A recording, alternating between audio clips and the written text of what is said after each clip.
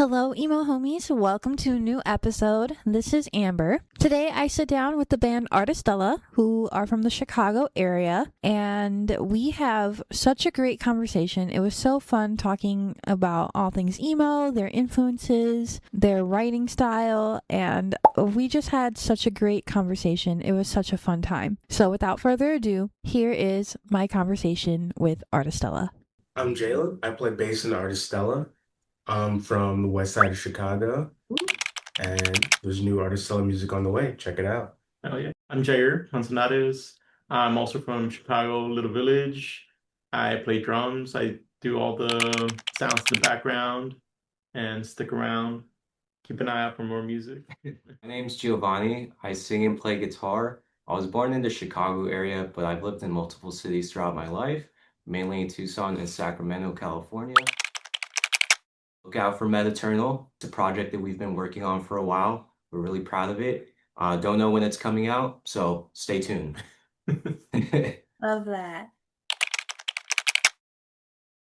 To get started, I thought, how did you each get into playing music? What made you want to start playing and then start the band? So I always wanted to play music, but my family never had money for lessons or anything.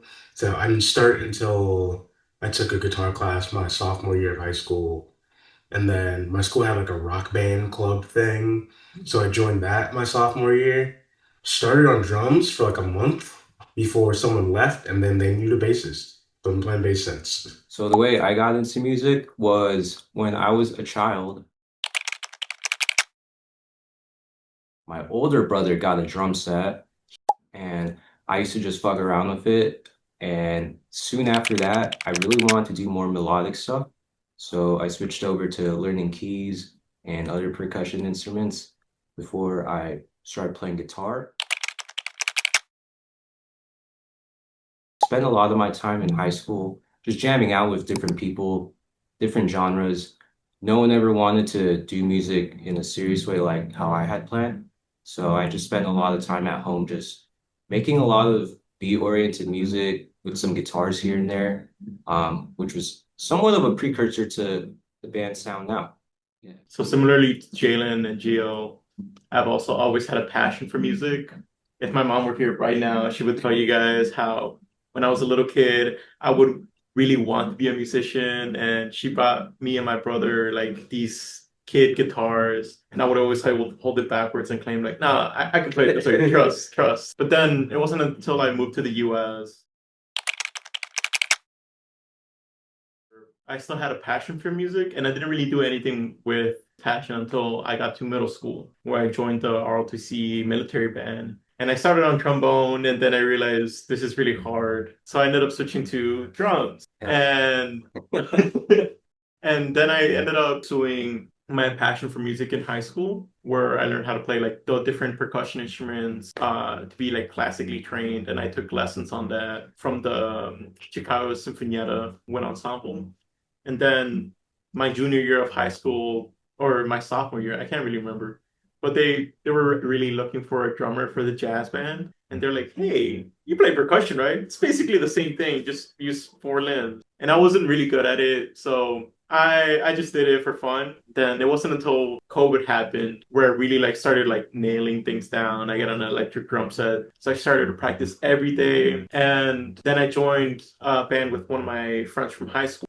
Shout out No Better Today. I joined my friend Lewis, who's the front man of that band, and we were playing together for a while. And then I decided to do my own projects, and I decided to leave. And then Gio hit me up like 2 months later. It's like, "Hey, I'm looking for a drummer, you in?" And I listened to the music and I really vibed with it. And I really love the vision that Gio has for Artistella. So that's where I'm at right now. Awesome. I love that. I love hearing everyone's stories of how they came to be where they are. And then, so do you want to tell me a little bit more about how Artistella, the vision for that, and like how it came to be and where and how you all three came together? So Artestella for a long time actually did not have a goal or anything. It was just a name that I had in the back of my pocket, and I was making music all by myself just at home. I did it really just for the love of the game, just to express myself creatively. just different things I was going through at the time, like a relationship ending, problems with substance abuse. COVID was a really crazy time for everyone, and I'm no exception. I also had this surgery and different revelations that I was experiencing, and I was just putting that all to music. And I felt really good about it. I mentioned I made music before, but I never had that personal touch or that creative vision. But just out of making these songs, this batch of songs, the vision was just there and I just saw it.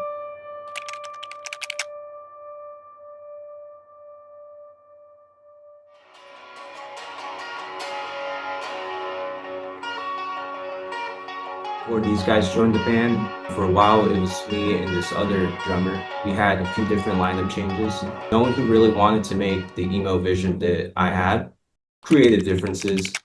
And then when I met these guys, they were on board with the vision. They wanted to do emo.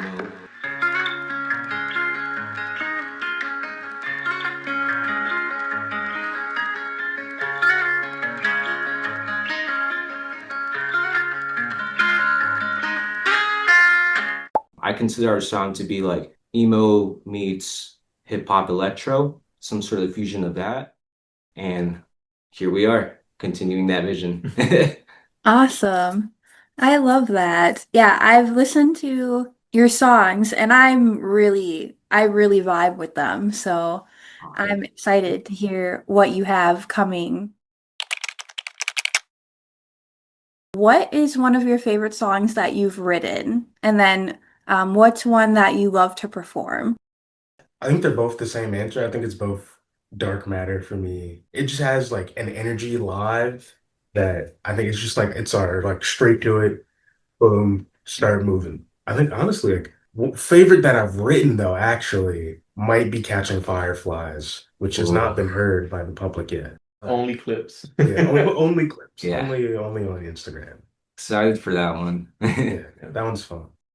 For me, I would say my most favorite song that I've written is, it kind of changes, but it's kind of also consistently been December Never Ends. I put a lot into that song, just like lyrically, and I just wanted to try out different musical things on it too. As for live, that's a hard one. Yeah, we're gonna go with Dark Matter. I love playing that song. Yeah, I can't wait for everyone to hear it. Similarly, I really love Dark Matter. Playing it live. Wait. I love playing Dark Matter live, but there's just one other song that I love that's even better than that, just because my part especially is like the most challenging parts that I've written for myself, which is called Redacted. That one's our closer right now for our current set, and I just really love it.